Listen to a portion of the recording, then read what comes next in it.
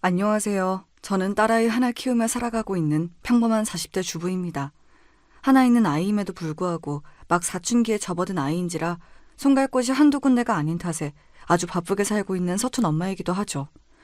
그러다 보니 결혼 전에는 자주 만나던 친구들도 이젠 특별한 행사가 없으면 얼굴 보기가 쉽지 않아요. 결혼해서 아이 키우시는 분들이시라면 아마 다들 공감하시겠죠? 사정이 이렇다 보니 비록 서로 얼굴은 모르더라도 누구보다 내밀한 속 이야기까지 공유할 수 있는 이곳 사연들이 참 친근하게 느껴집니다. 저 역시 결혼해서 살면서 겪은 이야기들을 모두 토해내자면 책 한 권으로도 부족함을 느낄 테지만 아무래도 제 속사정이다 보니 털어놓을 곳이 마땅치가 않았어요. 사실 남들 들려주기에 그렇게 유쾌한 일도 아니거든요. 그래서 오늘은 그동안 여러분들 귀한 사연 많이 내어주셨던 바로 이곳에서 제 이야기를 한번 털어놓아 볼까 합니다. 그래도 우리가 한 식구로 한솥밥 먹고 산 세월이 얼마인데 이렇게 우리 모자에게 야멸차게 굴 수가 있어? 남도 아니고 자식까지 같이 낳아놓고 살아놓고는 너 나중에 시연이 보기 부끄럽지 않을 수 있겠어? 어머니야말로 저를 시연이 엄마로 존중해 주셨다면 어떻게 이런 파렴치한 일을 벌일 수가 있어요? 저를 가족으로 먼저 대우해주지 않으신 건 어머님이 먼저예요. 저도 더 이상 이런 취급 받아가며 어머니 가족으로 살 생각 더는 없으니 죄 지은 만큼 벌 받으세요. 이 짧은 대화만으로 그동안의 제 결혼 생활이 어땠을지 대충 짐작이 가시죠? 결혼 생활 내내 제게 무시로 일관하던 시어머니에게 마지막 순간만큼은 통쾌한 한 방을 날리고 나왔습니다. 지금껏 누구에게도 속 시원히 얘기해보지 못했던 제 결혼 이야기 한번 들어보시겠어요? 저는 성격이 꽤나 무던한 편입니다. 웬만한 일로는 화도 잘 내지 않는 편이고 감정의 기복이 그렇게 심한 편이 아니에요.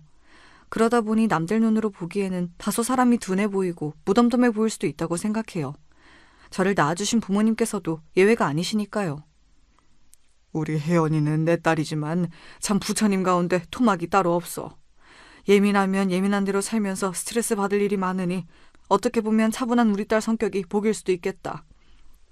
그래도 살면서 난 눈치 봐야 할 일이 얼마나 많은데 너무 무덤덤하기만 해서 혹시 여우 같은 인간 만나 괜한 상처받을까 엄마는 늘 걱정이야. 제 성격이 저희 부모님하고는 별로 안 닮았거든요. 오히려 엄마나 아빠나 젊어서부터 장사로 먹고 살아오신 분들이라 그런지 남들 눈치를 기민하게 알아채시는 분이었습니다. 그런 분들의 시선으로 보니 당연히 제가 걱정스러웠을 법도 해요. 하지만 부모님 걱정과 달리 무던한 저는 웬만한 사람 상처받을 일들도 어지간해서는 그렇게 예민하게 받아들여지지 않더라고요. 제 나름대로는 제 성격의 장점이라고 생각하는 부분입니다. 결혼할 때도 마찬가지였어요. 남편은 남들 눈을 많이 신경 쓰는 사람이었지만 그래서인지 좀처럼 남들 의견에 흔들리지 않고 뚝심 있게 제 할 일 해나가는 제 성격을 처음에는 참 마음에 들어 했습니다. 넌 타고난 성격이 예민해서 굳이 신경 쓰지 않아도 될 말까지 자꾸 신경 쓰게 되는 게 너무 스트레스인데 당신은 사람이 굳건하고 강해서 좋아. 사실 나도 남들 말 신경 쓰고 싶어서 쓰는 건 아니거든.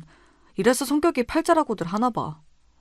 지금 와서 생각해보면 예민해서 항상 매사에 불만이 많은 남편이 끊임없이 내뱉는 하소연에도 제가 짜증내지 않고 무덤덤하게 들어줬던 게 좋았던 게 아닐까 싶기도 해요. 불평불만 많은 사람을 세상 그 누가 반기겠어요. 일부러 의식하고 조심해야 할 사람 앞에서 말을 가리는 게 아니면 툭하면 입에서 미운 소리가 튀어나오곤 했던 남편이니 마음 깊이 교류할 만한 진정한 친구를 갖기 힘든 건 당연한 일이었습니다.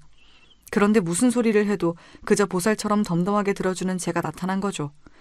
모르긴 몰라도 그 사람 저 처음 만나고 한동안은 실컷 제 얘기 털어놓느라고 적잖이 신이 났을 겁니다. 그런 단점이 있긴 했지만 예민한 사람답게 주위 사람 기분의 흐름을 예민하게 눈치채고 행동하는 센스 있는 점이나 기본적으로 사람 대하는데 싹싹한 모습 등 장점이 없는 사람은 아니었어요.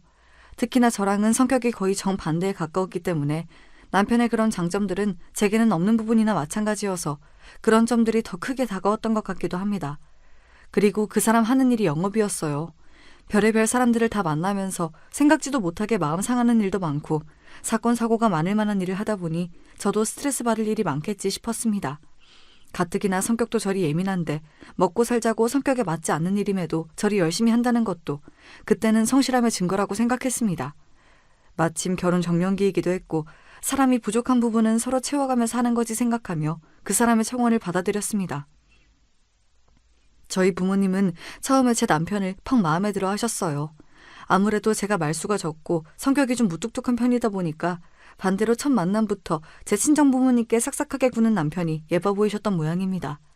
제 위로 오빠가 한 명 있긴 한데 오빠는 제 성격처럼 이렇게까지 무던한 편은 아니어도 말수가 적고 무뚝뚝하긴 매한가지였거든요. 우리 혜연이가 참 차분하고 진중하고 다른 건 다 좋은데 제 성격이 무딘 편이다 보니까 주변 사람들 감정 헤아리는 데 있어서 좀 부족한 부분이 있거든. 그런 부분을 우리 최서방이 잘 감싸 안아줄 수 있을 것 같아서 나는 이제야 좀 마음에 안심이 되네. 제가 밖에서 있었던 일로 기분이 예민해지거나 속상한 일이 있을 때에도 혜연이가 참 넓은 아량으로 저를 잘 품어주거든요. 저도 이렇게 제 모자란 부분까지 타박하지 않고 잘 감싸 안아주는 혜연이 만난 게 참 제 복인 것 같아요. 저희 서로 부족한 부분 함께 채워주면서 잘 살겠습니다. 제 부모님 앞에서 저를 추켜 세워주면서 기분을 맞춰주는 남편을 보니 저도 마음이 흡족해졌습니다. 저 사람 말 맞다나 참 다른 우리 두 사람이 만났으니 서로에게 부족한 부분은 다른 한 사람이 채워가며 무던하게 잘 살 수 있으리라 그렇게 생각했습니다. 시댁과의 첫 대면도 그리 나쁘진 않은 편이었습니다. 단 한 사람, 저희 시어머니만 빼고 말입니다. 남편은 일남일녀의 장남입니다. 아래로 여동생이 하나 있죠. 처음 시댁으로 찾아간 자리에 시부모님 내외와 시누이까지 다 모여도 단출한 구성이었습니다. 당시에는 아직 시누이도 미혼이었거든요. 시아버지는 처음 저를 보시면서도 얌전하고 차분해 보이는 제 모습이 제법 마음에 드신 것 같았어요. 우리 우성이가 어릴 적부터 성격이 불같은 부분이 있어서 내가 항상 조심을 시켰어요. 물론 사람이 살면서 화나는 일이 어떻게 없을 수가 있겠어. 그런데 저 녀석은 그게 좀 과한 편이야. 사내면 사내답게 좀 대범하게 넘길 줄도 알아야 하는데 어릴 적부터 성격에 예민한 부분이 있는 그거 하나가 내가 참 걱정스러웠어. 그런데 지금 아가씨를 보니 사람이 참 차분하고 심지가 단단해 보이는 것이 우리 우성이랑 같이 살면 합이 참 잘 맞을 것 같아서 내가 마음이 놓여요. 세월은 공으로 먹는 게 아닌 모양인지 처음 만나는 자리에서부터 제 성격이 아버님 눈에 고스란히 드러난 모양이었습니다.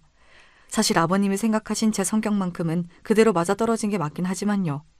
시아버지가 제게 그저 좋은 말만 해주셨다면 옆에 앉아 계시는 시어머니께서는 첫 만남부터 제 아들 깎아내리는 것처럼 느껴지셨는지 기분이 썩 좋아 보이지 않으셨습니다. 이 사람은 세 사람 불러다 놓고 아들 흉만 보고 계신데 아가씨 보고 우리 애 두고 도망가라고 고사 지내는 것도 아니고 이만하면 우리 아들도 제 앞가림 잘하는 귀한 내 자식인데 뭘 그렇게까지 말하고 그래요. 아가씨, 이 사람이 괜한 노파심에 하는 소리니 너무 심각하게 생각할 거 없어요. 네, 그럼요. 걱정하셔서 하시는 말씀인 줄 잘 알고 있습니다. 걱정 마세요.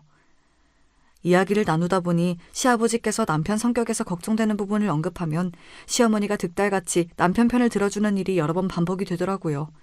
대충 집안 분위기가 어떻게 돌아가는지 짐작이 되었습니다.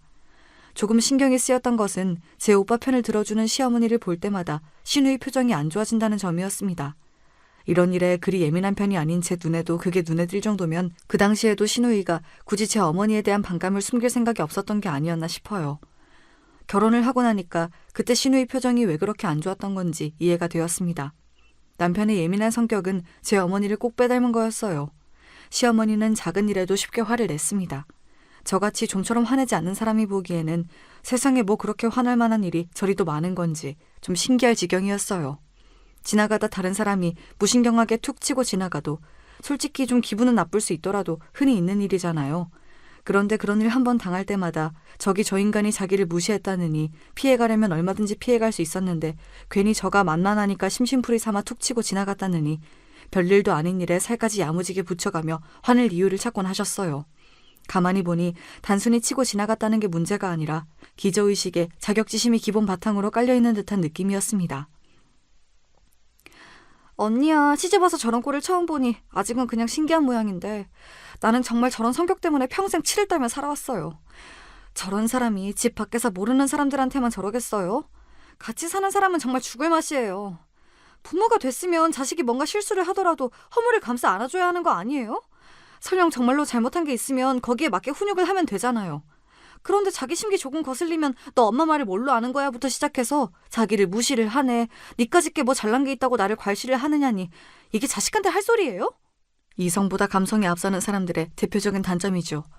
흥분해서 사고방식이 정상적으로 작동하지 않으니 나중에 후회할 만한 말도 그냥 내뱉고 본다는 거죠. 저야 성인이 다 되어 만난 사람이기도 하고 성격도 시누이와는 다르니 저런 사람도 다 있구나 했으나 평생 저런 주 양육자 밑에서 자란 신우의 입장에서는 정말 상처가 될 만도 하다고 생각했어요. 예민한 사람은 자기 인생도 참 피곤하지만 주위 사람들도 참 비위 맞추며 살기가 쉽지 않겠다는 생각이 들었지요. 결혼하고 나서 한동안 남편이 회사 일로 많이 바빠졌어요. 회사가 사업 규모를 늘리는 모양이었나 본데 그러다 보니 특히 영업 실적 압박이 심해졌던 모양이에요. 가뜩이나 성격이 예민하기 짝이 없는 사람이 전에 없이 회사로부터 압박까지 당하다 보니 날카로운 성격이 더더욱 뾰족해졌습니다. 결혼 전에도 자기도 모르게 말이 날카롭게 나와서 제 앞에서 흠짓하던 걸 몇 번 본 적이 있는데 상황이 이렇다 보니 말투에 날이 서는 건 어쩌면 당연한 일이다 싶었어요. 당신 오늘 많이 늦었네? 밖에서 힘들었을 텐데 야식이라도 좀 해줄까?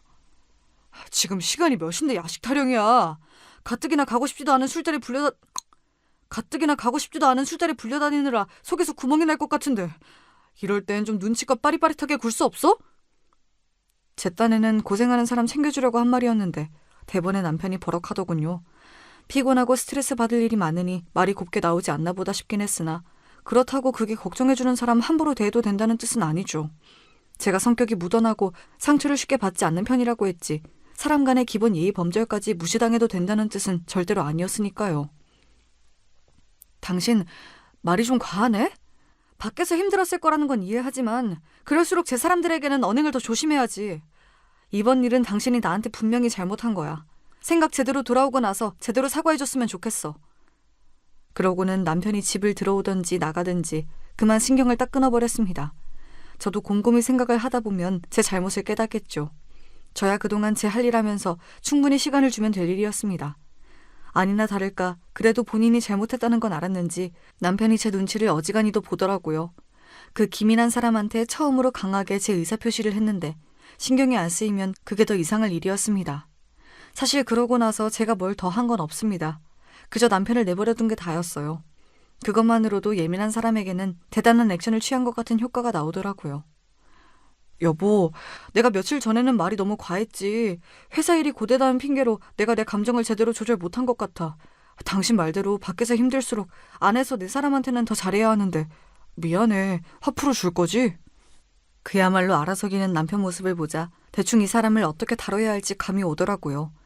무던한 제 성격이 이럴 때 참 좋더군요. 길게 보면 이 싸움의 승자는 항상 제가 될 터였습니다. 남편이 제 눈치를 보는 티가 났던지 시어머니 심기가 매우 불편해졌습니다. 저를 보는 눈이 곱지가 않더라고요. 왜 아니겠어요. 본인은 본인 아들이 세상에서 제일 잘난 사람인 줄 아는데 저 미련 곰탱이 같은 마누라 눈치나 보고 앉았으니 그 불같은 성미에 열불이 안 뻗칠 리가 있었겠습니까? 예, 너 남편 그렇게 기죽이는 거 아니다. 밖에서 고생하는 사람 집 안에서만이라도 마음 편히 지낼 수 있도록 내조를 잘해야지. 너 가만 보면 고민 척하면서 우리 우성이 쥐락펴락하는 게 아주 보통 내기가 아니야. 지금은 그게 네가 이기는 것 같아도 길게 봐서 가정의 평화를 생각하면 그게 현명한 행동이 아니야. 그저 집안 평안하도록 남편 심기에 각별히 신경을 쓰도록 해라. 본인도 그렇게 남편 기살려주는 타입은 아니신 것 같은데 아들 문제에 있어서만은 확실히 객관성을 잃고 계신 것만은 분명해 보였습니다. 내존이 남편 심기니 시어머니 입에서 나오는 그 어떤 단어도 본인과 어울리는 단어가 없다는 걸 알고는 계시는지 모르겠으나 어차피 집으로 돌아가면 안 들어도 될 이야기이기도 하니 그냥 네 대충 대답하고 넘어갔어요. 자기 성격 같으면 혼자서 쌓아도 10대 번은 감정을 쌓을 만한 일인데 정작 당하는 제 반응이 저렇게 심드렁하니 그건 또 그것대로 시어머니 열불을 터지게 만드는 것 같기도 했습니다. 그러나 시어머니 감정은 시어머니 소관이지 제가 어떻게 할 수 있는 건 아니지 않습니까? 매번 저렇게 열내시는 것도 정신 건강에 참 안 좋을 텐데 생각하면서 그 일 역시 무난하게 넘겼어요. 결혼하고 3년 좀 지났을 무렵 저희 부부에게도 귀한 새 생명이 찾아왔습니다. 저희 딸아이인 시연이가 태어난 거예요. 집안의 첫 손자이다 보니 모두 기쁜 마음으로 반겨준 아이였습니다. 신생아가 통잠자기가 쉽지가 않은데 잘 울지도 않고 밥도 씩씩하게 잘 먹는 게 아주 장군감이었습니다. 시댁에서 보기에도 저희 친정에서 보기에도 예민한 남편 쪽보다는 무던한 제 쪽을 많이 닮은 아이였어요. 솔직히 다행이다 싶었습니다. 남편의 뾰족한 성격의 단점을 그 즈음에는 너무 많이 알고 있기도 했지만 옆에서 지켜보다 보니까 그런 성미 가진 사람들은 무엇보다 자기 스스로가 참 피곤해지더라고요. 제 성격이 좀 답답하게 느껴질 수도 있겠으나 이 성격 가지고 평생 살아보니 그러고 사는 저는 크게 상처받을 일도 없고 사는 게 나쁘지 않았거든요. 아이 입장을 생각해봐도 그 편이 낫지 싶었습니다. 바라 맞이한던 첫 아이를 품에 안았으니 남편이라고 기쁘지 않을 리가 없었죠. 남편이 눈에 넣어도 아프지 않을 정도로 우리 시연이를 사랑한다는 것 자체는 의심의 여지가 없었습니다. 그런데 사랑으로도 극복이 안 되는 문제도 있더라고요. 여보, 내가 아이 대할 때에는 일관적인 태도로 대해야 한다고 몇 번을 말해. 자기 기분 좋을 때는 세상 둘도 없는 사람처럼 잘해주다가 자기 밖에서 기분 나쁜 일 있거나 조금만 심기 거슬려도 애 앞에서 팩 짜증이나 내고. 그게 아이 정서에 얼마나 안 좋은지 내가 수도 없이 말해줬지 않아? 우리 시연이도 방금까지 웃고 장난치던 아빠가 갑자기 자기 기분 안 좋다고 인상 찌푸리고 말도 함부로 하면 얼마나 혼란스럽겠어? 안 그러려고 해도 자기 아빠 앞에서 자꾸 눈치 볼 수밖에 없지 않겠어? 당신 밖에 나가서 눈치 보면서 사는 거 정말 지긋지긋하다며. 그러면서 정작 자기 자식은 집에서 당신 눈치나 보게 만들 거야? 성격이라는 건 정말 무서운 거더라고요. 가만 보면 남편이 제 말을 이해 못하는 눈치는 절대로 아닌데 제 성질머리 이기는 게 그렇게나 힘이 든 모양이었습니다. 남편 혼자만 생각하면 안타까울 일이나 남편의 그런 태도는 정말이지 아이 교육에 좋지 않았습니다. 그래도 아이가 뭔 모를 때에는 그저 아빠가 좋아서 쫄래쫄래 따라다녔지만 저한테도 눈치라는 게 생긴 이후부터는 슬그머니 아빠를 피하기 시작한 시연이었어요. 알아, 나도 노력하고 있어. 근데 사람 마음이 어디 마음먹은 대로 다 되면 세상에 성인군자 아닌 사람이 어디 있겠어. 나도 오죽하면 이러겠어? 그럴수록 엄마인 당신이 더 노력하면 되잖아. 그러는 게 부부 아니야? 처음 몇 번은 노력하는 신용이라도 해보려던 남편이 이러한 상황이 계속 반복되자 이제는 적반하장으로 나오기 시작했습니다. 하기야 좋은 말도 3번이면 지겹다는데 듣기 싫은 소리 반복해서 듣는 기분이 좋을 린 없었습니다. 하지만 저도 부모가 되었으면 할 도리는 해야죠. 다른 건 무던하게 넘겨줄 수 있는 문제라고 해도 아이가 상처받을지도 모르는 일을 그냥 지나가는 건 결코 있을 수 없는 일이었습니다. 다른 건 몰라도 우리 시연이 마음 다치는 꼴은 절대로 두고 보지 않을 거야. 당신 그렇게 당신 성질 못 이길 것 같으면 그럴 땐 차라리 집에 들어오지 마. 밖에 나가서 풀 거 다 풀고 애한테 아빠로서 제대로 대할 수 있을 때 그때 마음 갈무리하고 집으로 들어와. 나 이것만큼은 절대 양보 못하니까 그런 줄 알아. 정말로 이 문제만큼은 손톱만큼도 져줄 생각이 없었습니다. 당연한 거 아닙니까? 본인 성질머리가 그러면 애 앞에서 더 조심을 할 생각을 해야지. 그걸 어떻게 제 자식 앞에서도 그대로 팩 성질 부릴 생각을 하고 있어요? 그건 부모로서 절대 안 될 말이었죠. 그렇게 쫓겨났다고도 아니라고도 하기 애매한 때에 그 사람이 갈 만한 데가 어디 있겠어요. 결국은 또 제 모친한테 갔겠지요. 성격 똑 닮은 모자이니 서로 제욕하다 보면 시간은 잘 갈 터였습니다. 가뜩이나 본인이 살살 긁어도 넘어올 기미가 없는 저였는데 제 귀한 아들까지 내쳤다고 하니 시어머니가 또 파르륵거리더군요. 너 이제 하다 내 아들을 집에서 쫓아내기까지 하니? 네가 지금 그 정도로 살 수 있는 게 다 누구 덕분인데? 내 아들이 제 몸 갈아가며 뼈 빠지게 벌어다 먹여서 편하게 살고 있으면 받들어 모셔도 모자랄 판에. 이래서 집안에 사람이 잘 들어와야 해. 애초에 좀 있는 자식 며느리로 들였으면 우리 우성이 이렇게 고생할 일도 없이 팔자 피고 잘 살았을걸. 아이고 내 팔자야. 애초에 있는 집 자식이 어머니 아들 같은 사람 뭘 보고 결혼식이나 했겠어요. 하지만 그 말까지 했다간 괜히 또 긁어부스럼 만들 것 같아 잠자코 있었습니다. 자기는 길길이 날뛰고 있는데 또 저는 평소처럼 평온한 얼굴을 하고 있자 시어머니 우라통이 터진 모양이었습니다. 예, 너 지금 시어미가 말을 하는데 태도가 그게 뭐야? 너 정말 내가 그렇게 우스워? 내 아들도 쫓아내더니 이젠 시어미 말도 말같이 들리지가 않는다는 거야 뭐야? 저러다 혈압 터져서 쓰러지는 건 아닐까 싶었습니다. 이번에도 대꾸 안 했다가는 더 큰 난리를 칠 것 같아 제가 차분히 입을 열었어요. 그렇다고 어머님께 한 소리 들었다고 제가 불손하게 굴면 어머니 심기가 얼마나 상하시겠어요. 시연 아빠한테 그렇게 얘기한 건 아이 교육을 위해서 꼭 해야 할 말이었어요. 어머니도 시연이가 정서적으로 불안한 부분 없이 건강하게 잘 자라기를 바라시죠. 요즘 들어 애 아빠가 애한테 하는 태도가 너무한 부분이 많았어요. 길게 보면 결국은 우리 시연이를 위한 일이니까 어머니께서 아량을 보이셔서 조금 더 너그럽게 이해해 주세요.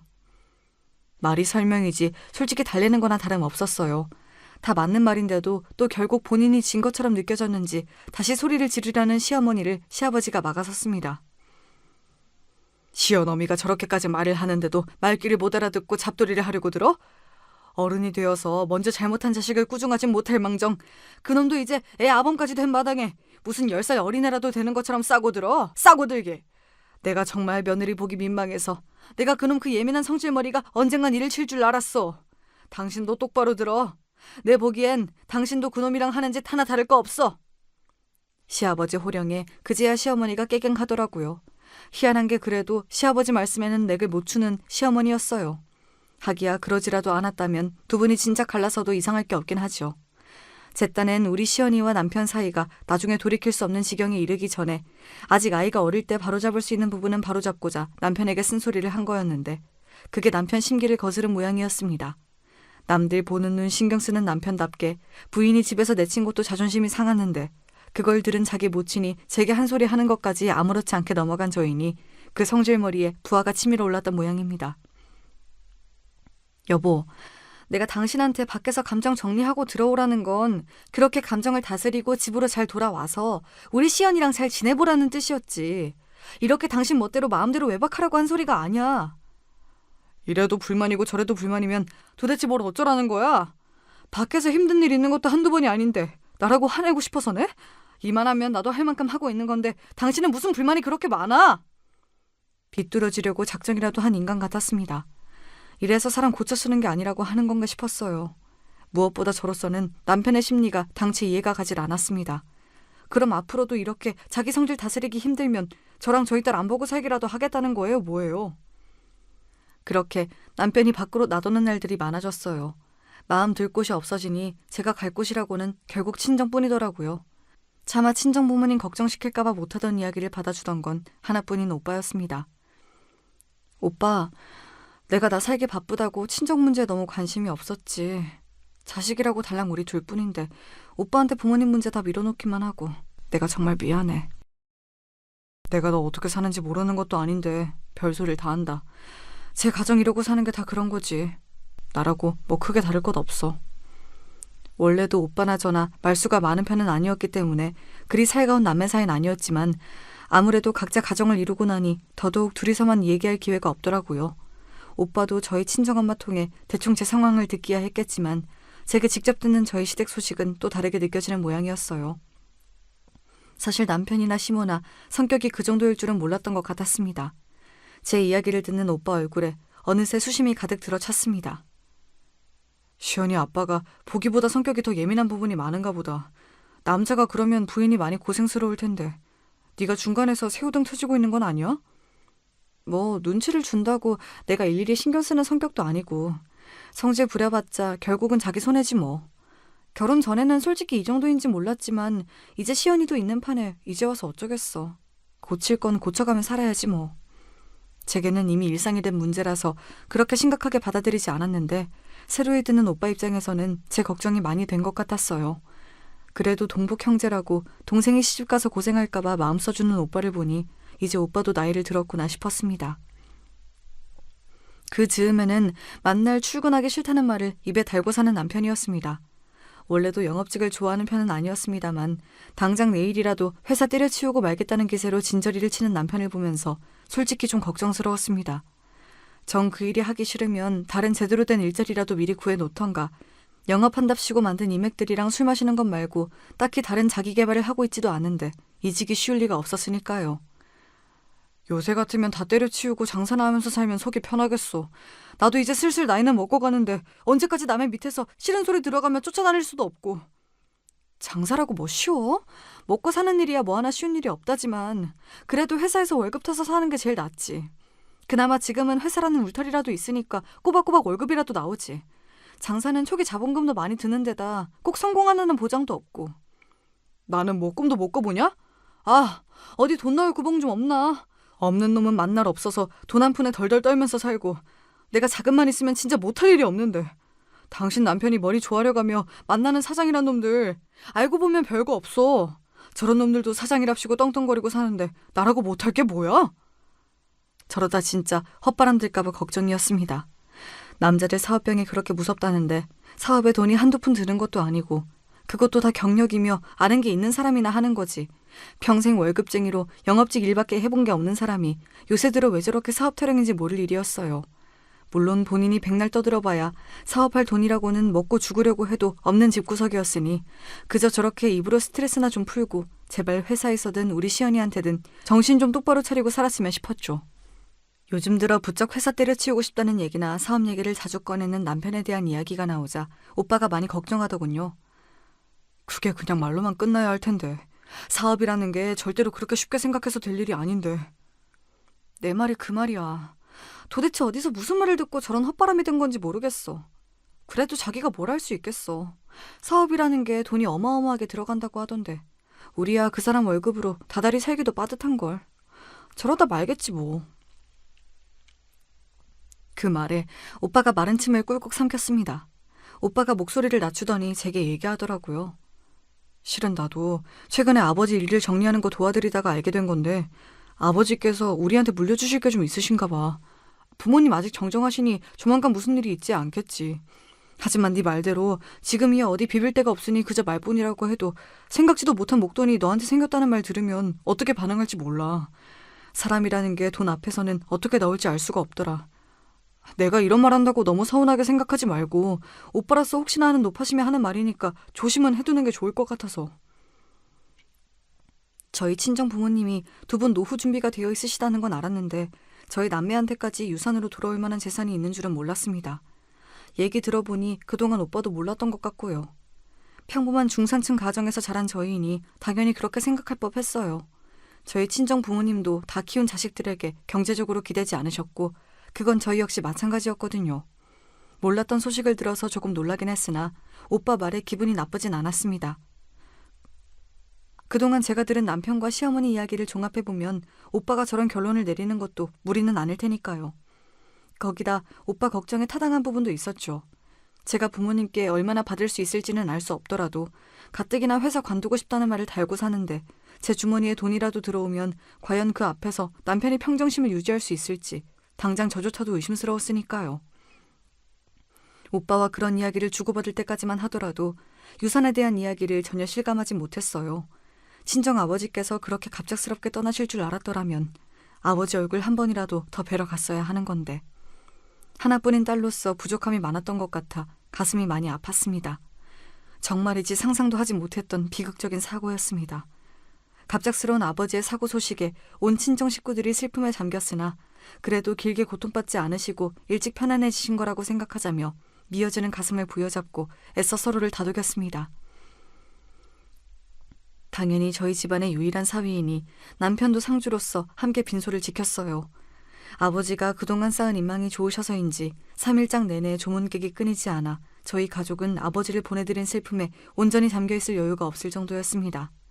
워낙 찾아오시는 분들이 많으시니 그분들 하시는 말씀을 저희가 다 듣고 있을 새도 없었고요. 아무래도 그때였던 것 같아요. 생각지도 못하게 제 부인이 제 장인으로부터 거액의 유산을 물려받을지도 모른다는 소식을 듣게 된 건 말이죠. 아까 장인어른 옛날 동료분께서 하시는 말씀을 들어보니까 장인어른께서 예전에 투자해둔 변두리 건물이 시세가 많이 올랐다고 하시더라고. 당신 왜 그런 얘기 안 했어? 나도 몰랐으니까. 나나 오빠나 우리 엄마 아빠한테 그런 거 바란 적 없어. 돈 얘기 중요하다는 거 나도 아는데 우리 아직 상중이야. 나중에 정리를 할 때 하더라도 아버지 가신 지도 얼마 안 됐는데 나 이런 얘기하는 거 불편해. 가뜩이나 장래 내내 거의 밤을 새다시피 해서 신경이 곤두서 있었는데 은근슬쩍 유산 욕심을 보이는 남편이 마뜩치 않아 말이 곱게 나가지 않더라고요. 본인 부모여도 상중에 나한테 저런 소리를 할까 싶어 솔직히 좀 실망스럽기도 했습니다. 어차피 받을 유산 며칠 늦게 물어본다고 어디 가는 것도 아닌데 꼭 이런 타이밍에 저렇게 눈치 없이 굴어야 하나 싶었죠.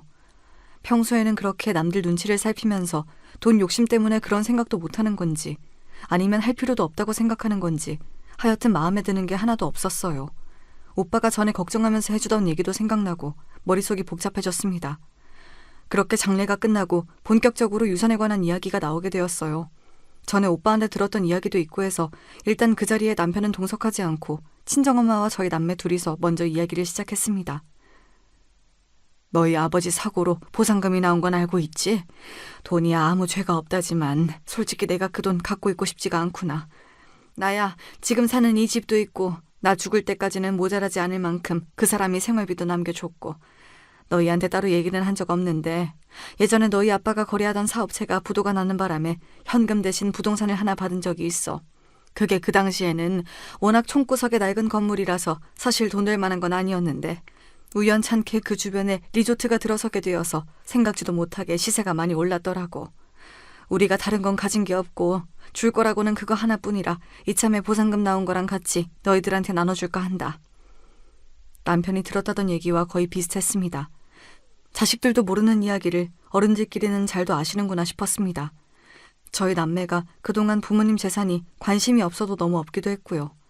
그렇게 조용히 고개만 주걱거리던 저희 남매는 친정엄마가 말씀하신 유산 규모에 그만 입이 떡 벌어졌어요. 14억이요? 그래, 부동산 처분한 거랑 보상금 합치니 그 정도 되더구나.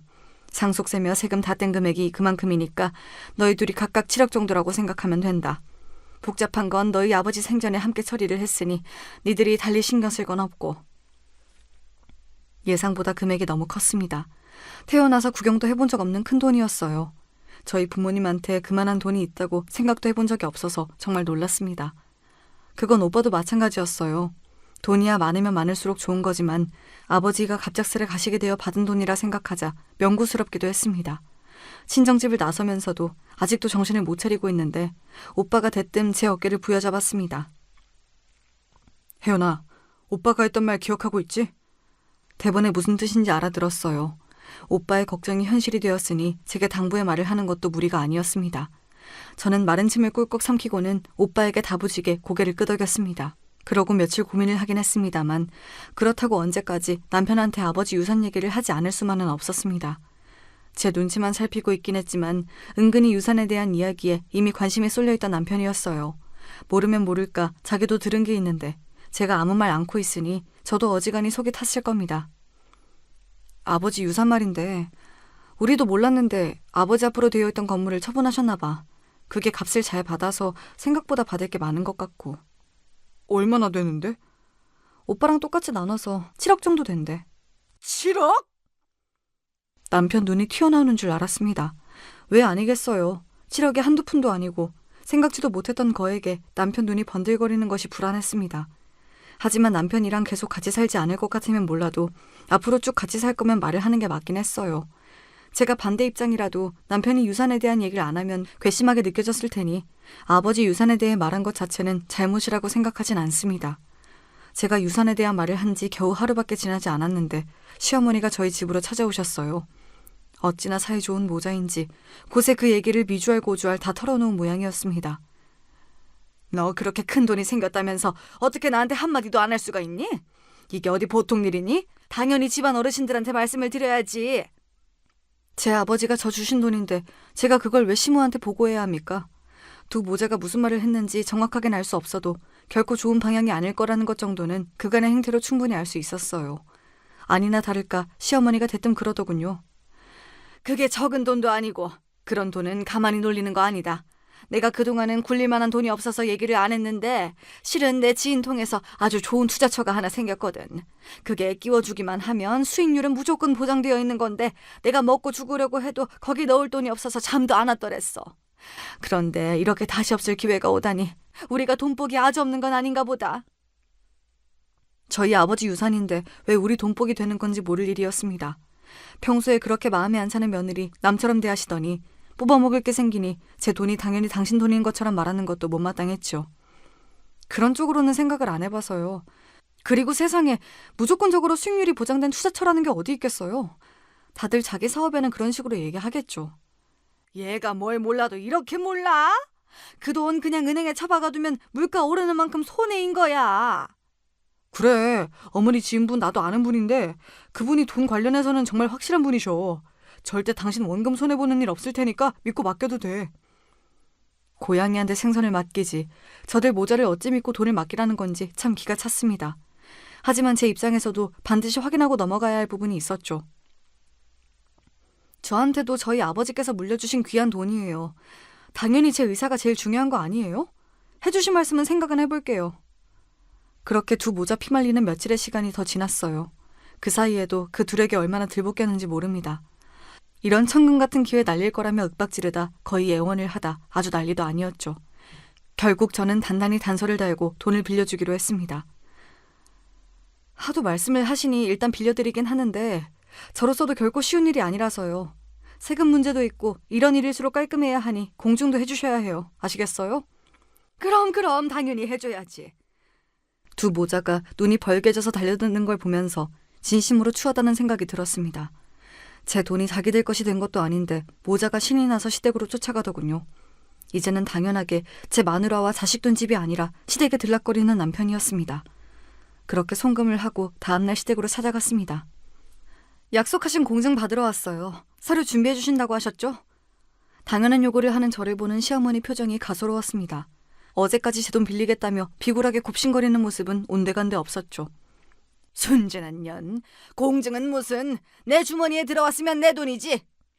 다시 생각해도 참 기가 막힌 소리였습니다. 무슨 소리를 하시는 거예요?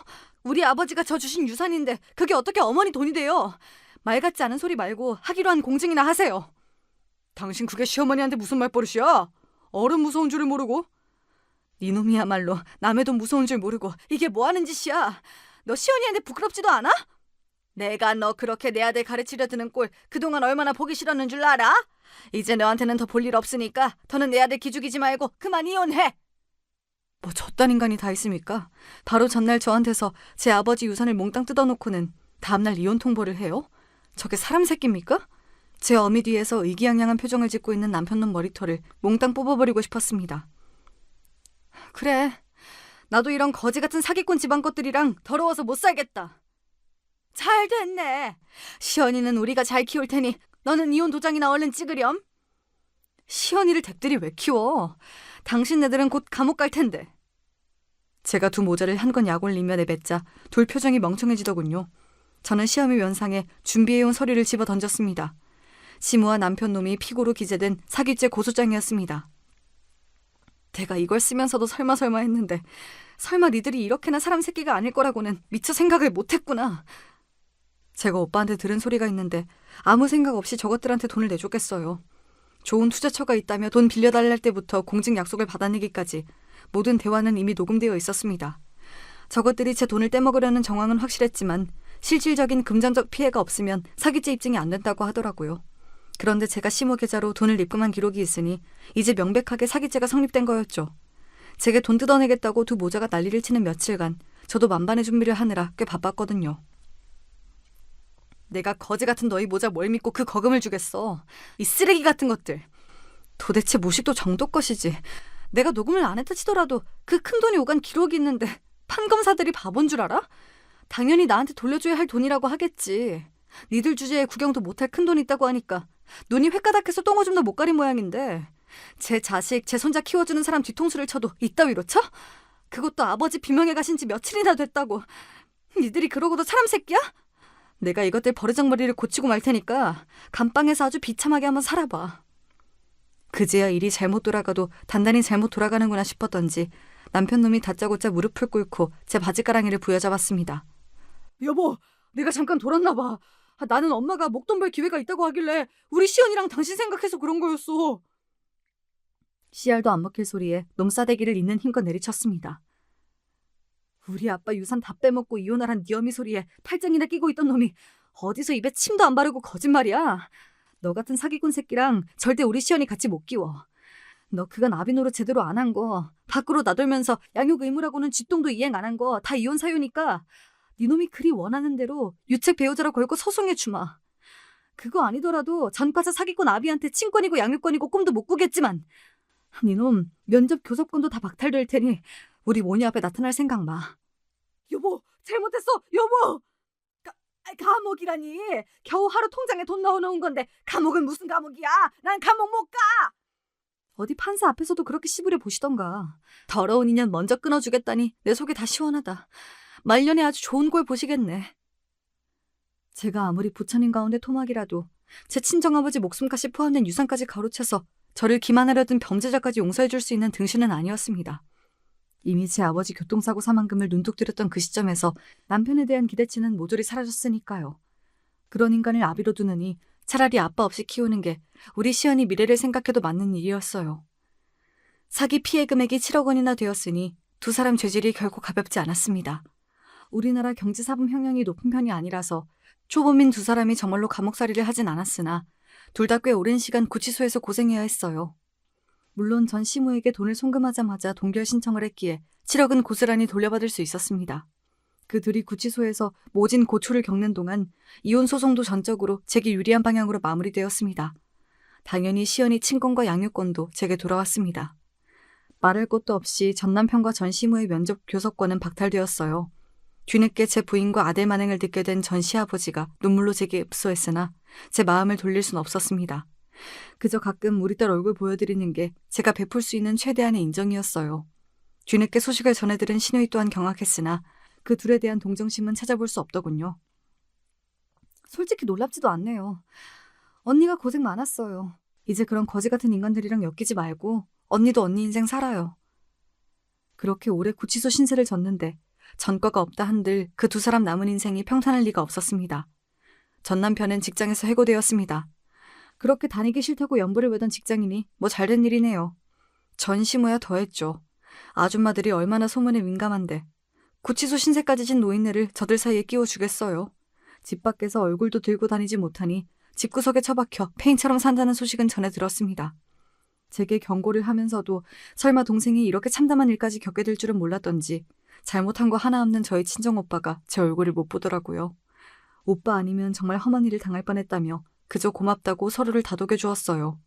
친정엄마도 괘씸한 전남편 모자의 행태에 분기탱찬하셨으나 그런 인간 쓰레기들 딸과 손녀 앞에서 치워버린 것만으로도 잘했다며 제 이혼을 전적으로 지지해 주셨습니다. 그렇게 전남편과의 인연은 완전히 끝이 났어요. 어떻게 제 자식 키우는 사람을 상대로 철천지 원수에게도 못할 그런 극악무도한 행동을 벌인 건지 지금으로서도 이해가 되지 않습니다. 이제 완전히 남이니 그런 인간을 이해하고 말고도 할 것 없지만요. 아이를 불안하게 만들던 아비가 곁에 없어서인지 시연이도 정서적으로 빠르게 안정을 찾아갔습니다. 항상 제 엄마를 첫 번째로 생각해주는 사랑스러운 엄마 껌딱지 딸이에요. 그래, 나한테는 우리 시연이만 있으면 된다. 그 마음으로 두 모녀가 오순도순 살아가고 있습니다. 그렇게 오늘도 저희 두 사람의 소중한 하루하루가 쌓여가고 있어요. 결국 파국으로 끝난 저의 결혼 생활 이야기는 이쯤에서 마무리할까 합니다. 속 이야기를 다 털어놓고 나니 조금 가벼워진 것도 같네요. 누구에게도 쉽게 말할 수 없었던 이야기 끝까지 함께 해주신 여러분 정말 감사합니다.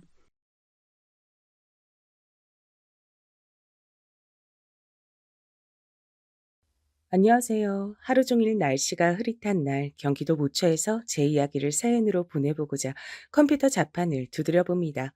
겉으론 그저 평범하게 나이든 아줌마에 지나지 않아 보이는 저에게도 나름의 사연이란 게 있었죠.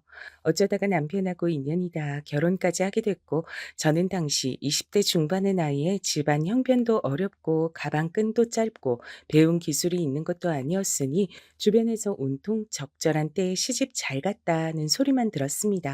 그래서 저도 그런 줄로만 생각했고 기쁨 속에서 결혼 생활을 시작했던 것 같아요. 남편은 성격이 좀 변덕스러워서 맞추기가 여간 까다로운 것이 아니었으나 감내할 만은 했습니다. 결혼을 했다고 해서 제가 일을 아예 안 다닌 것은 아니었기 때문에 작은 사무실에 출퇴근을 하면서 남는 시간에 집안 살림을 하고 시댁에 들러서 며느리 노릇을 다 하고 그렇게 지냈죠. 고단하긴 해도 모든 게 괜찮았습니다. 계속해서 뱃속에 아이가 안 들어서는 게 문제로 여겨지기 전까지만 그랬어요. 결혼하고 나서 3년이 지날 무렵부터 아이 소식이 아직도 없다는 것을 시댁 측에서 이상하게 여기기 시작했습니다. 그러면서 절 향한 멸시, hir난, 구박이 시작됐던 것 같아요. 저도 답답해서 미칠 노릇이었습니다.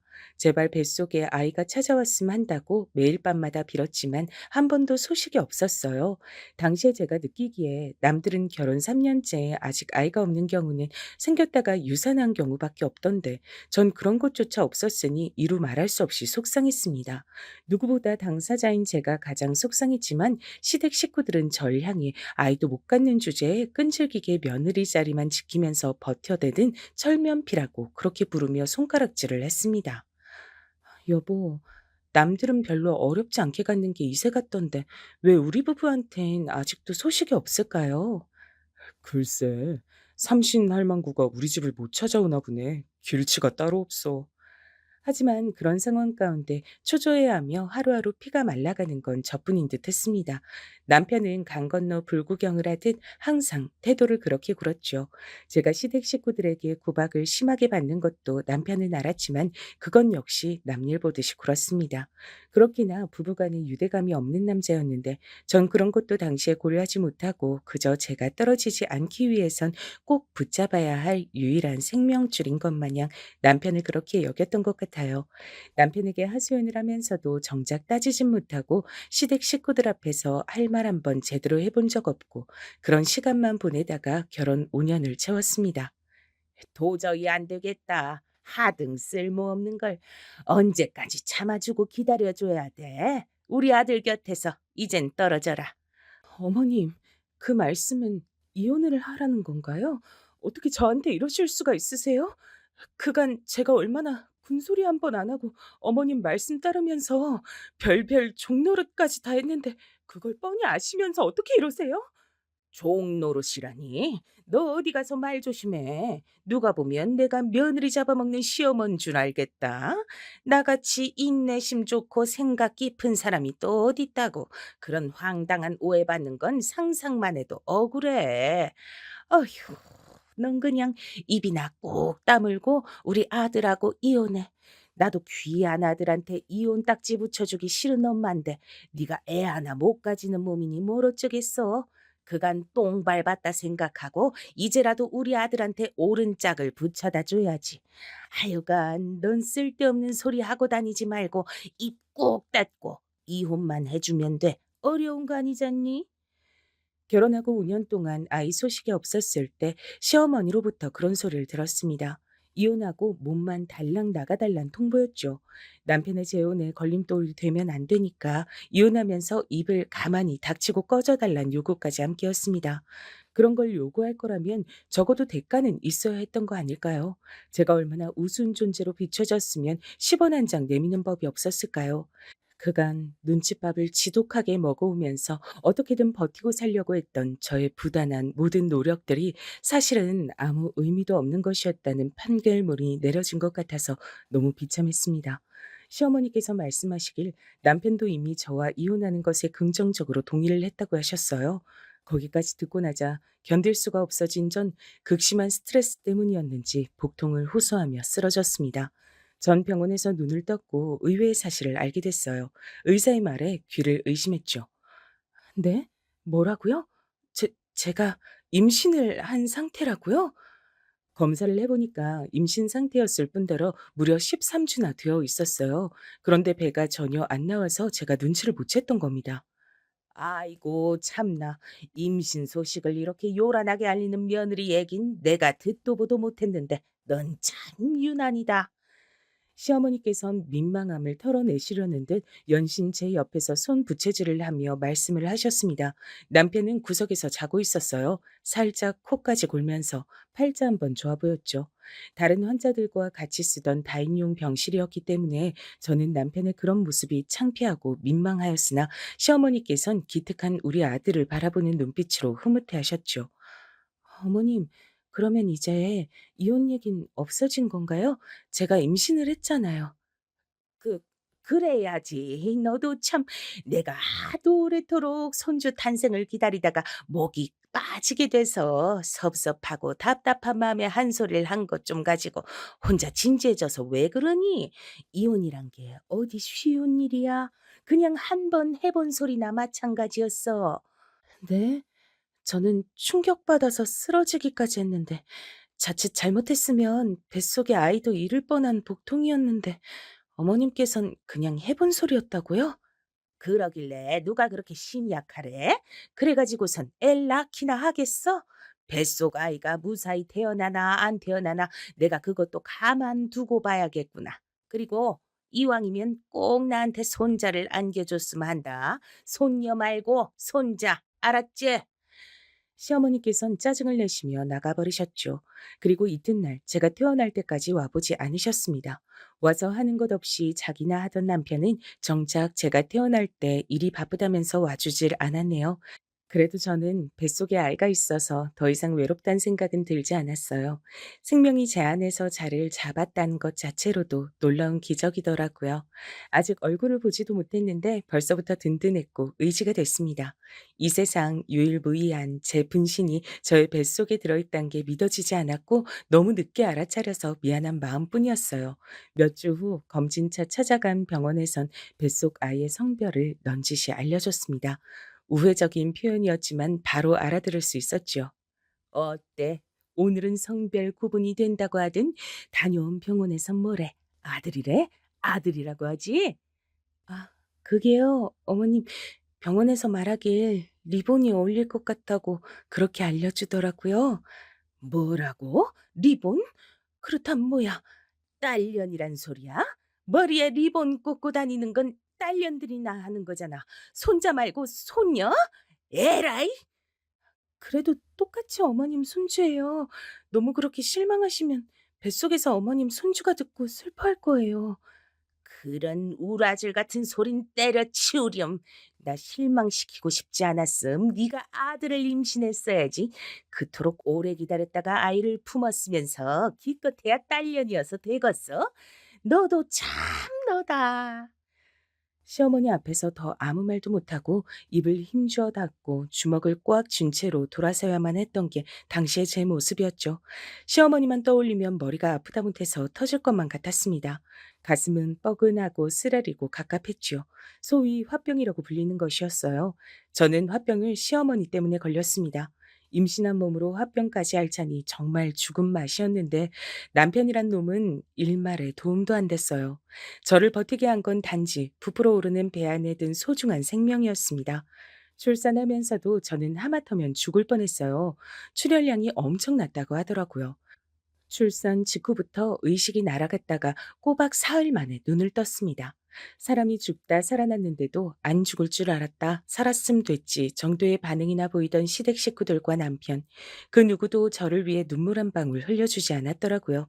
하지만 세상에 태어나서 손가락을 꼬물거리던 귀여운 제 아기를 본 순간 온갖 부정적인 감정이 다 날아가는 듯한 기분이 들었습니다. 제 딸 수정이는 존재만으로도 절 힘나게 하는 아이였습니다. 아들이 아니면 뭐 어떤가 싶었어요. 저도 어차피 딸로 태어나 살아본 적밖에 없었으니 같은 여자로서 수정이와 잘 통하는 모녀 관계가 될 것 같았습니다. 애지중지 길렀어요. 절 향해 배시시 미소를 짓는 수정이를 보면 세상의 모든 근심이 씻겨 내려가는 듯 했습니다. 그리고 수정이는 아기 때의 얼굴이 친탁을 한 외모였어요. 시어머니께서 의심의 여지 없이 당신의 친손녀라고 인정하실 수밖에 없었을 정도였습니다.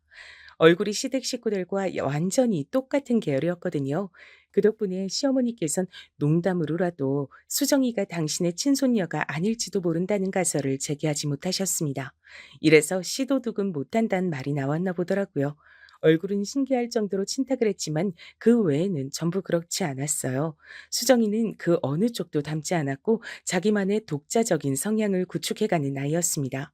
수정이가 초등학생 때부터 이미 제가 심적으로 의지를 많이 했으니 얼마나 똑부러지고 영민한 아이였는지 두말할 필요도 없겠지요. 전 시어머니께서 수정이에게 이런 말씀을 하셨던 순간이 두고두고 안 잊혀져요.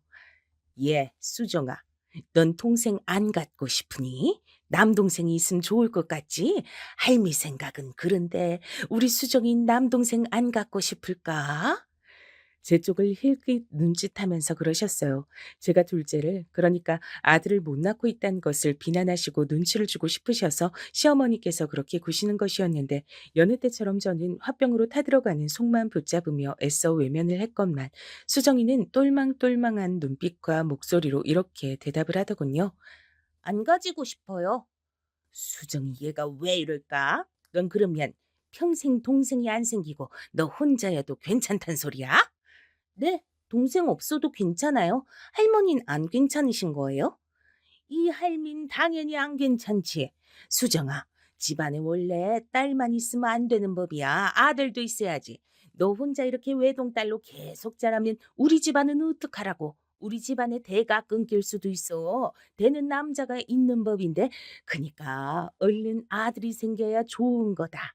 이 할미가 우리 수정이한테 얼마나 남동생을 만들어주고 싶은지 몰라. 네 엄마가 협조를 안 해줘서 그렇지."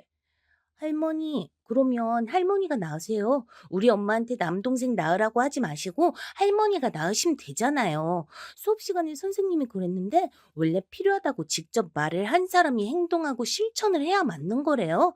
그게 바로 솔선수범이라 그랬어요. 저 잘 배워왔죠? 시어머니께선 귀가 터질 듯 붉게 달아오른 채였고 전 놀란 가슴이 미친 듯이 뛰고 있었습니다. 어른들을 놀라게 만든 제 딸 수정이는 정작 태연자약하기만 했죠. 수정이 때문에 저는 놀라는 일의 연속이어서 심장이 남아나질 않았는데 그러면서도 한편으로는 속이 어느 정도 시원해졌던 게 사실이었어요. 화병으로 뭉친 것들이 때마다 풀리는 감각이었습니다. 수정이가 자랄수록 영특해져서 도저히 당신께서 이겨먹을 수가 없자 시어머니께선 이 점을 몹시 분하게 여기셨어요. 도대체 애 교육을 어떻게 시키는 거야? 네가 애한테 나만 보면 비꼬고 놀려먹으라고 지시를 내린 거 아니야? 애를 단단히 그런 식으로 잘못 교육시켜 놓은 거 아니냐고? 어머님, 매번 저한테 애 교육 문제로 이렇게 말씀을 주셔봤자 소용이 없어요. 수정이는 워낙 애가 알아서 잘하기 때문에 제가 건드릴 것도 없고요. 제가 어린 자식한테 뭐 자기 할머니한테 대들라고 가르칠 이유도 없습니다. 그럼 네가 시킨 것도 아닌데 매번 애가 저렇게 나만 보면 어떻게든 날 이겨먹고 내 혼을 쏙 빼놓는다는 게 말이나 돼? 애가 타고나길 저런 거라고? 그렇다면 필시 널 닮아서 저런 것이겠구나. 네가 날 원망하니까 애가 그 점을 빼닮은 채로 태어난 게야. 너랑 반박이니까 당연히 네 책임이지. 저는 어머님께 이만하면 순종적인 며느리로 살아왔다고 생각하는데 아이가 절 닮았다니요. 그건 말도 안 되는 억측이세요. 애가 널 안 닮았음. 그럼 누굴 닮아서 저러는 건데? 설마 우리 아들? 에이, 그건 아니지. 우리 아들은 말주변이 썩 대단치도 않은데. 팔이 한없이 안으로 굽어도 차마 당신의 아들을 똑똑한 달변가라고 포장하시기엔 무리였나 봐요. 시어머니께선 수정이의 청산 유수가 남편을 닮아서 그런 건 절대 아닌 것 같다고 당정 지으셨습니다. 그리곤 끝내 애가 돌연변이 같다고 하셨죠. 시어머니 입장에선 갈수록 통제가 어려워지는 말썽쟁이 돌연변이 수정이가 저에겐 기쁨과 웃음만 안겨주는 존재였어요. 수정아, 자꾸 할머니 곤란하게 만들면 안 돼. 알았지? 왜? 할머니는 엄마를 항상 곤란하게 만들잖아. 그래서 할머니가 무슨 말을 하면 엄마가 곤란한 표정을 짓잖아. 근데 나는 왜 할머니 곤란하게 만들면 안 돼? 그, 그건 암튼 안 돼. 할머니는 집안의 최고 어른이시잖아. 최고 어른이면 모범을 보여야 하는 거 아니야? 책에서 봤는데 윗물이 맑아야 아랫물도 맑은 거래? 저는 어렸을 적에 농담으로라도 똑똑하단 소리를 못 들어본 아이였거든요. 아둔했죠. 착하단 소리는 많이 들어봤지만요. 세미도 약했고 집안 형편 때문에 학교도 대충 다녔다 보니까 글자도 늦게 익혔습니다.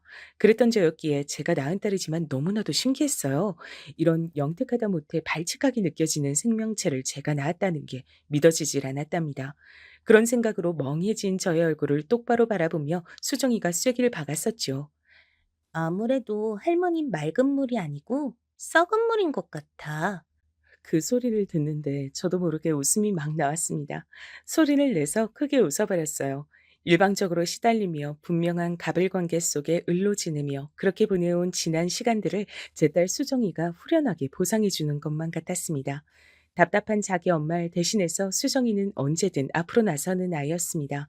마치 하늘에서 절 위에 내려준 천군 만마 같았지요.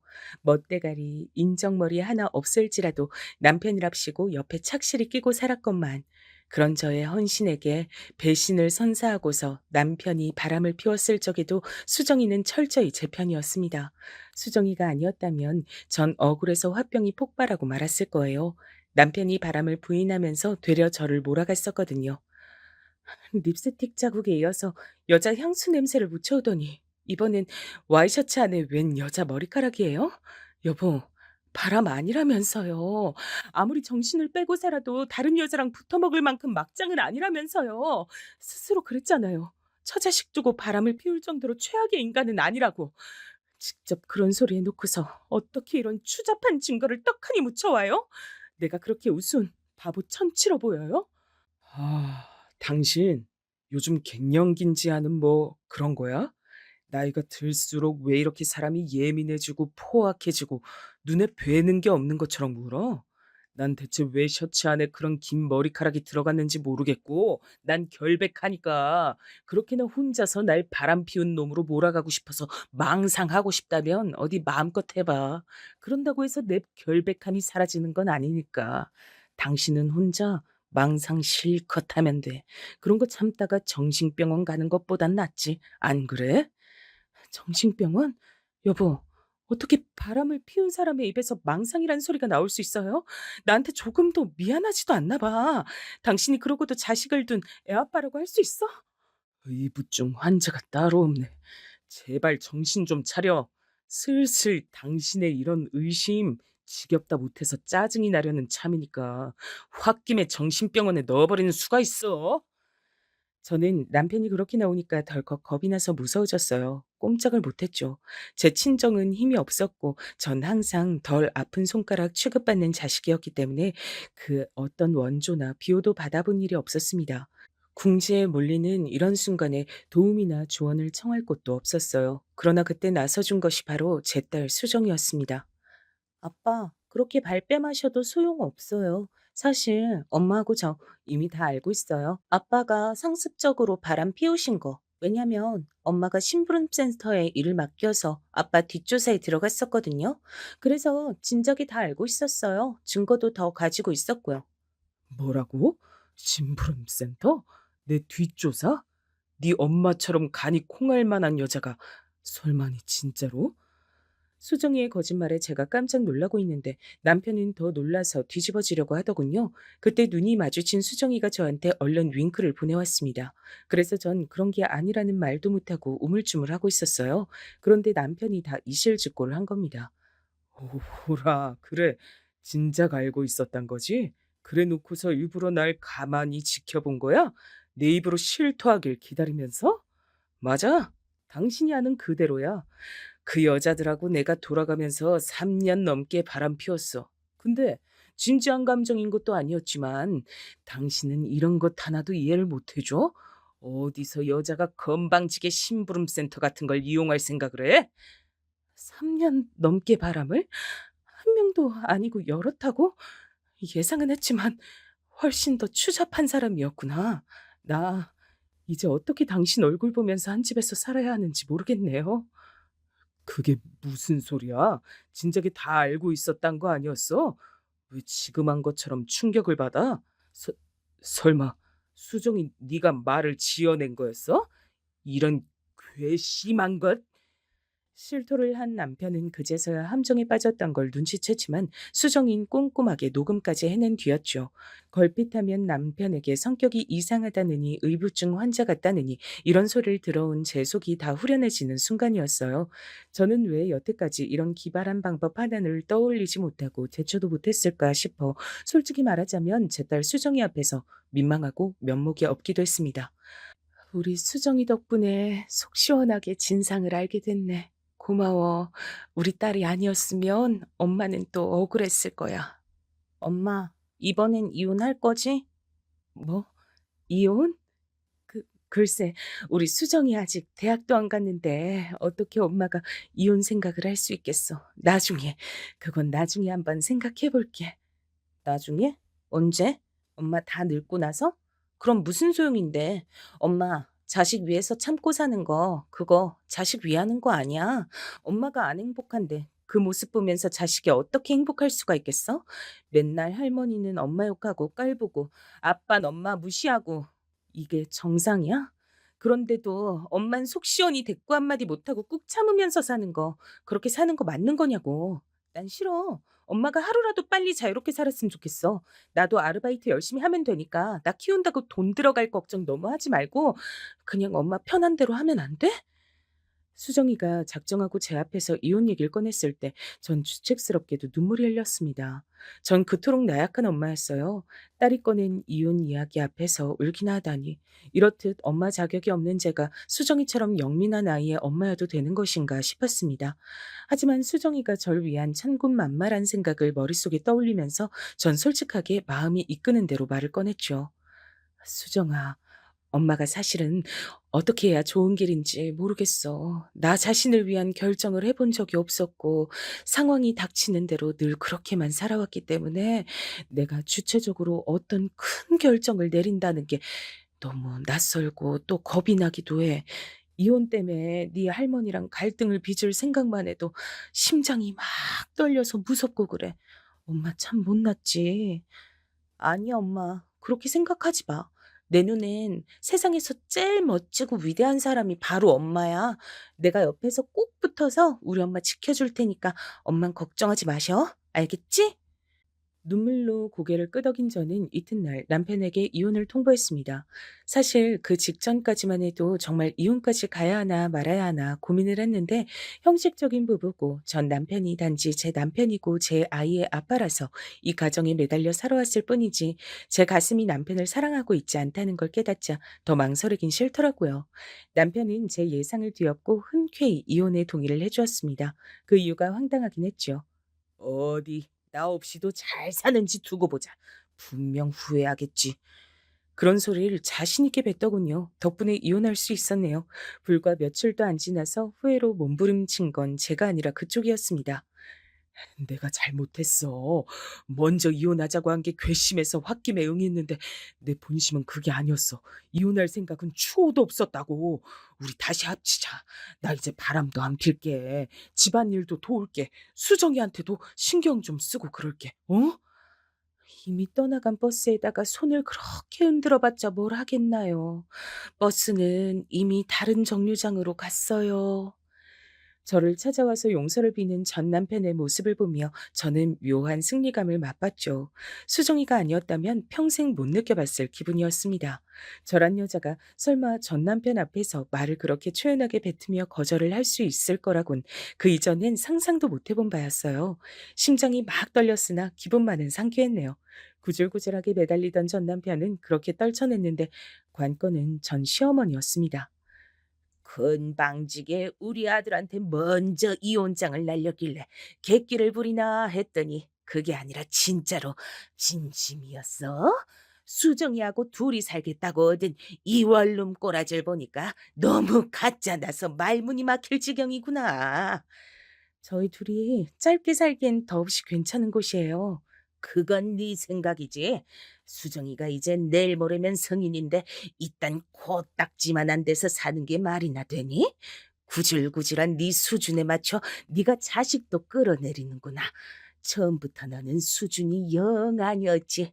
그래도 순박하게 생겨먹어서 말은 잘 듣고 애는 잘 낳게다 싶었는데 못 하나 들어맞지를 않았으니 너만 아니었음 우리 아들은 괜찮은 여자와 결혼해서 나한테 손자도 둘 셋쯤 안겨줬을 텐데 너 때문에 모든 게 틀어졌어. 애초에 네가 화근이었어.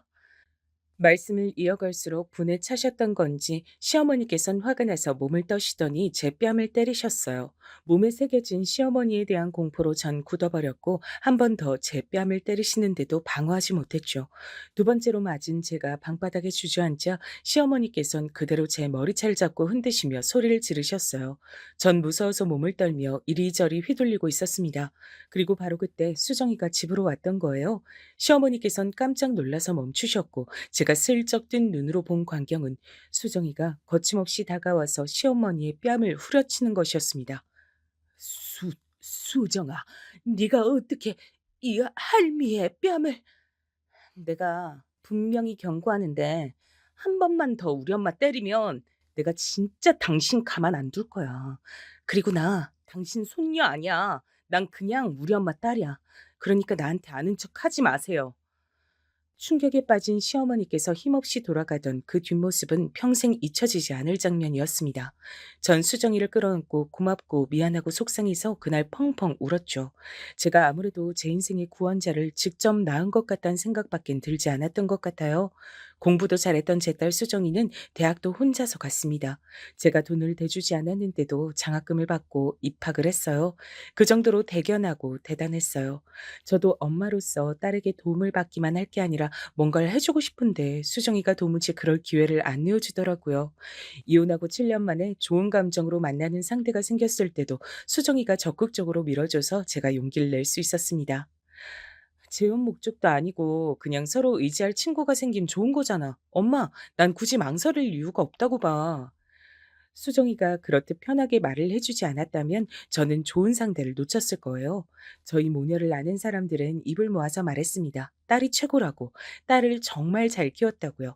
그만큼 나무랄 데 하나 없는 제 딸 수정이는 근무처가 이동돼서 다른 지역에서 지내며 일을 하게 됐어요.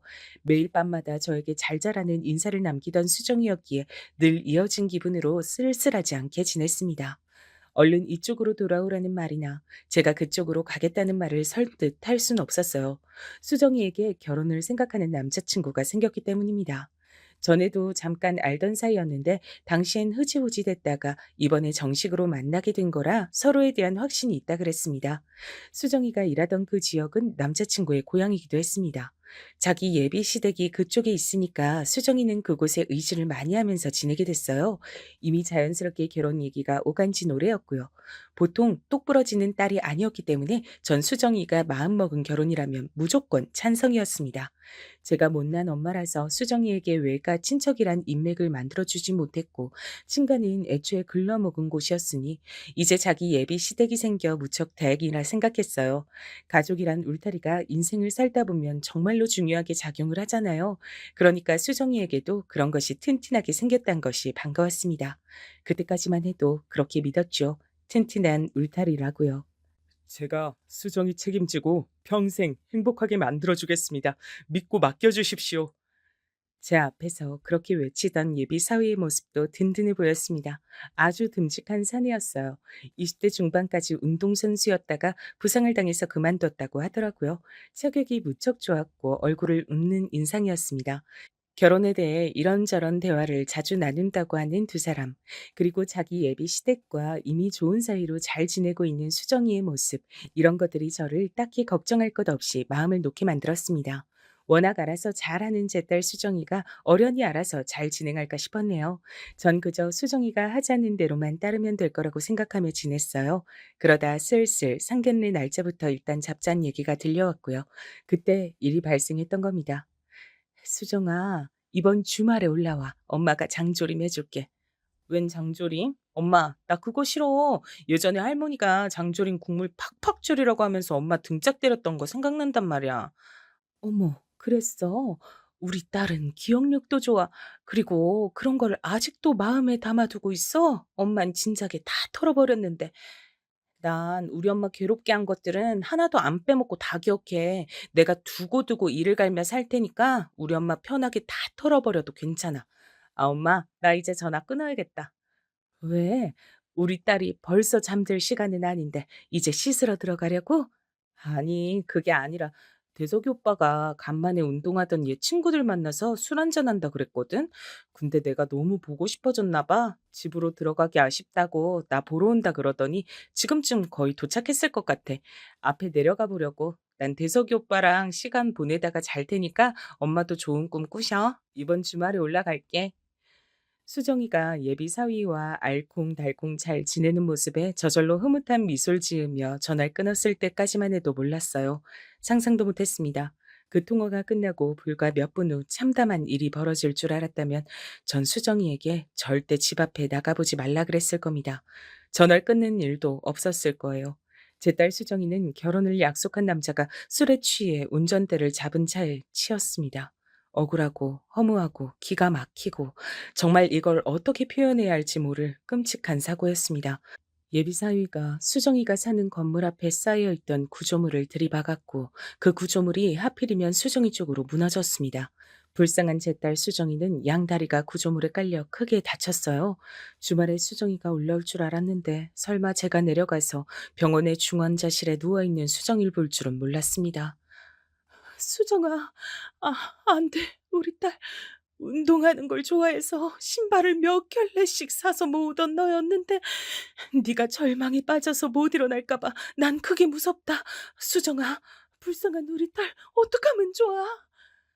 의료진은 최선을 다했다고 얘기를 하면서 필요한 조치는 앞으로도 수정이의 컨디션에 따라 다 할 거라고 강조를 했으나 그러면서도 양쪽 다리가 예전처럼 동시에 걷고 뛰는 일은 앞으로 영영 없을 거라고 그것만은 힘들 거라고 그렇게 덧붙여서 결국 저를 심신하게 만들었습니다.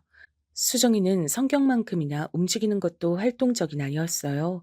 소심한 자기 엄마하고는 판이하게 달라서 테니스도 잘 치고 등산도 곧잘 하던 인물이었습니다. 결혼하고 나면 아이를 가지기 전에 마라톤에도 정식으로 도전해 볼 거란 얘기도 했었어요. 그런 수정이의 제잘거림을 전 다 기억하고 있는데 제 딸의 두 다리가 이제 영원히 동시에 움직이는 모습을 볼 수 없게 됐다는 것이 믿어지지가 않았습니다. 끔찍해도 너무 끔찍했어요. 수정이가 눈을 뜨는 순간이 오는 것조차 두려웠습니다. 죄송합니다. 죄송합니다. 죄송하단 말씀밖엔 드릴 게 없어서 미치겠습니다. 제가 당연히 끝까지 수정이 책임지고 가겠습니다. 제가 평생 옆에 끼고 살겠습니다. 죄송합니다. 음주운전으로 그런 사고를 벌인 예비사위는 얼굴이 완전히 상해 있었습니다. 마음 같아서는 당연히 예비사위의 꼴도 보기 싫었어요.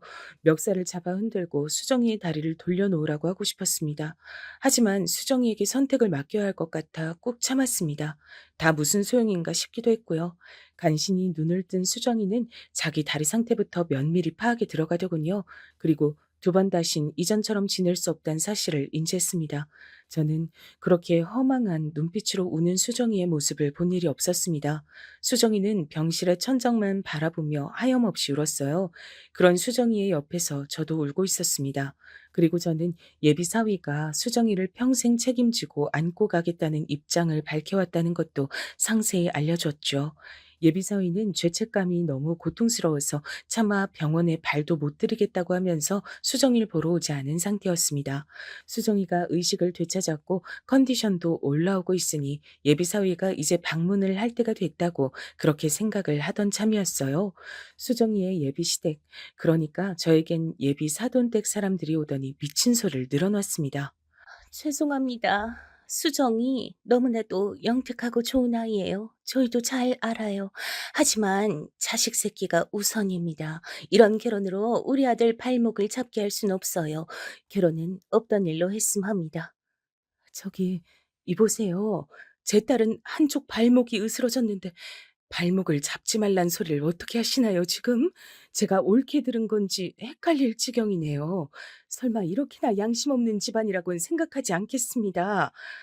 저희 가족을 욕하고 손가락질 하셔도 할 말 없어요. 하지만 우리 아들 앞길 위해서라면 그 어떤 욕을 먹더라도 감수할 수 있습니다. 저도 수정이가 너무 안 됐고 미안하지만 어쩔 수 없는 건 어쩔 수 없는 거예요. 우리 아들보다 우선일 수는 없어요. 죄송합니다. 우리 아들이 멀쩡한 사람과 새로 인연 맺고 잘 살 수 있도록 그렇게 해주고 싶어요. 저는 예비 사돈댁 입에서 나온 우리 아들이란 말을 듣자마자 절 피마르게 만들었던 전 시어머니 그분이 떠올라서 머리가 어지러웠습니다.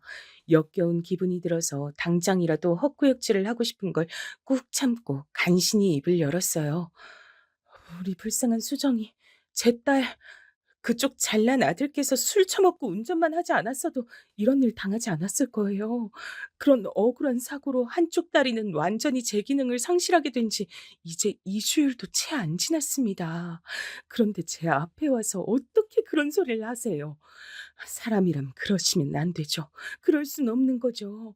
지금도 제 딸은 결혼을 약속한 자기 약혼자만 기다리면서 다리 통증 참아가며 병실에 누워 있는데 그렇게 착한 아이한테 자기 다리 그렇게 만들었어도 결혼할 상대라며 품에 안고 가려는 아이한테 어쩜 그리 잔인하게 구십니까? 우리 아들도 충격이 커서 지금 일상생활이 힘들 지경이에요. 우리 아들도 따지고 보면 피해자라고요. 암튼 뜻은 전달했으니 알아들으셨을 거라 믿습니다. 이보세요. 이렇게 가시면 어떡하나요? 제 딸은 보고 가셔야죠. 왜? 직접 얼굴을 보고 미안하다고 잘못했다고 사과도 하지 않는 거야. 이 양심 없는 사람들아. 황급히 사라져간 예비 사돈댁의 뒷모습을 보며 제가 절망감에 울었습니다. 설마 예비 사위가 수정이가 깨어난 이후로 한 번도 병문안을 안 왔을 때부터 불안하긴 했으나 이럴 줄은 몰랐습니다. 그 가족들도 한마음 한뜻으로 파혼을 원하고 수정이를 무참하게 버릴 줄은 몰랐습니다. 저는 수정이에게 무슨 말을 전해야 할지 난감했어요. 근데 병실에 들어가서 마주한 수정이의 얼굴을 보고 이미 상황 파악을 다 마쳤다는 걸 눈치챘습니다. 수정이는 이미 다 느끼고 있었던 거예요. 엄마, 대석이 오빤 안 오지? 그쪽 식구들도 아무도 안 오는 거 맞지? 조용히 묻는 수정이의 목소리 앞에서 전 벼락이라도 맞은 것 마냥 몸을 떨며 아무 대답도 참아 못했습니다.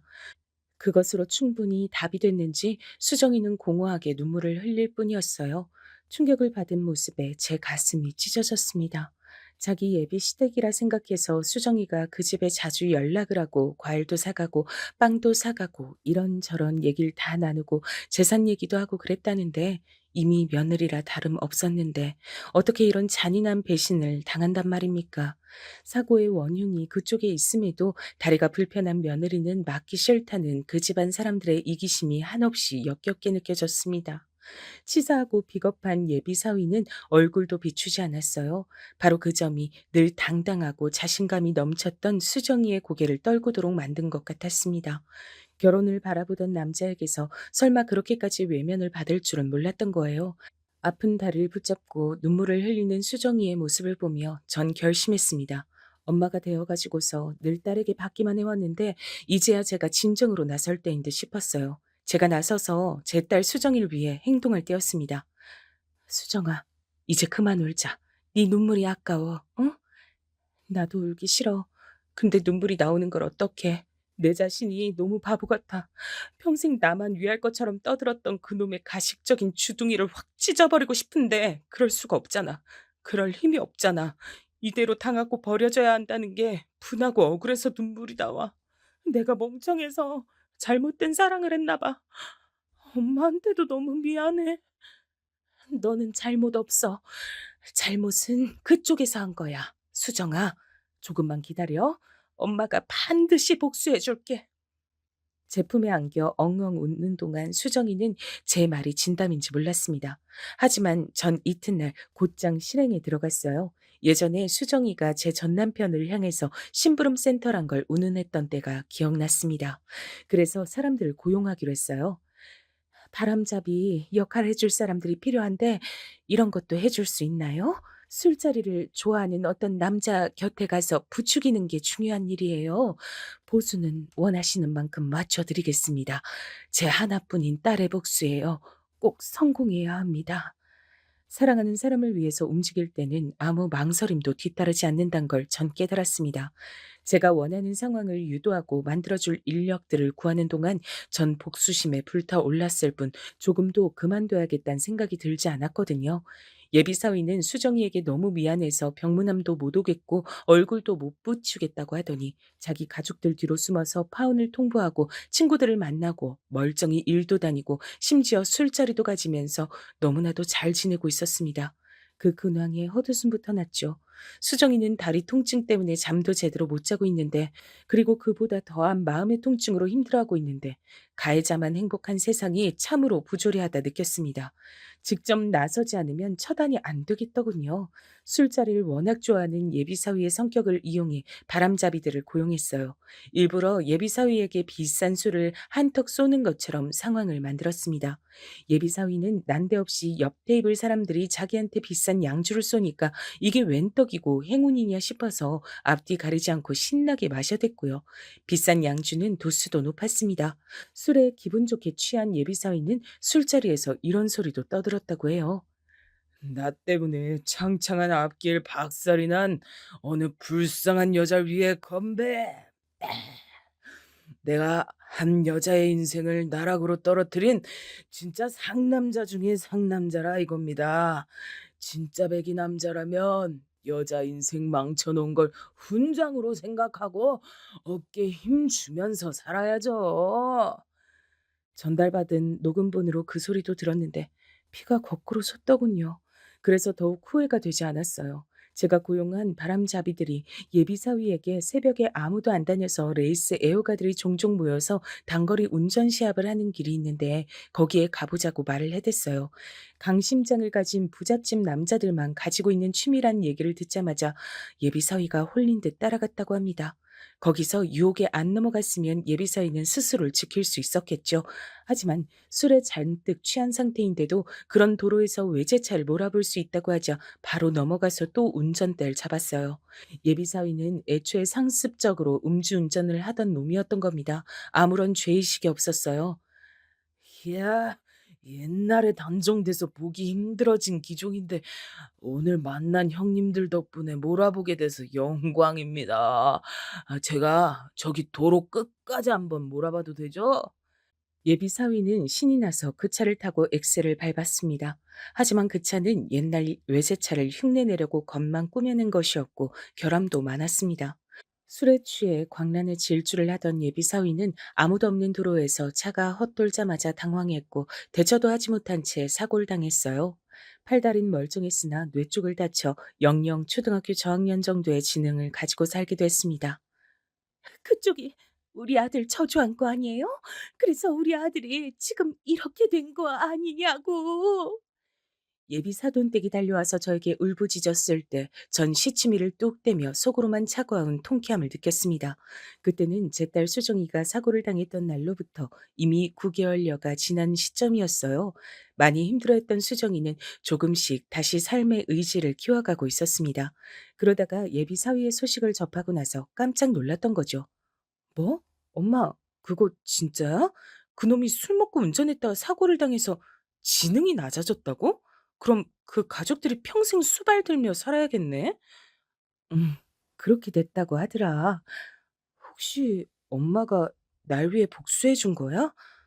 내가 무슨 수로 그렇게 했겠어. 하늘이 노해서 벌을 내린 거지.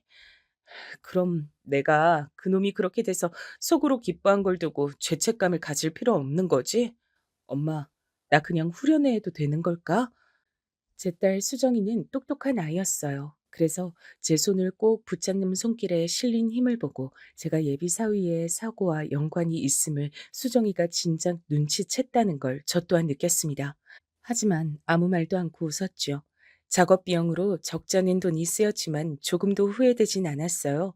어차피 그 돈은 전 남편과의 결혼 생활에서 한 푼, 두 푼 안 쓰고 안 입고 안 먹으면서 제가 따로 모았던 비상금이었습니다. 제가 좋은 감정으로 만나던 분이 적극적으로 돈을 대주기도 하셔서 그 돈까지 더해 작업 비용을 마련했던 거였죠. 전 분명히 적당하지 않은 나쁜 짓을 벌였어요. 그러나 지옥불에 떨어진다 하더라도 제 딸 수정이에게 깊은 상처를 안긴 그놈과 그 집안 사람들에게 대가를 맛보게 해주고 싶었습니다. 그걸 지켜내고 나자 잘했다는 생각밖에 들지 않아서 옛날에 소심하고 심약한 저라는 인간은 어디로 가고 강인한 엄마의 모습만 남게 되었을까 싶더라고요.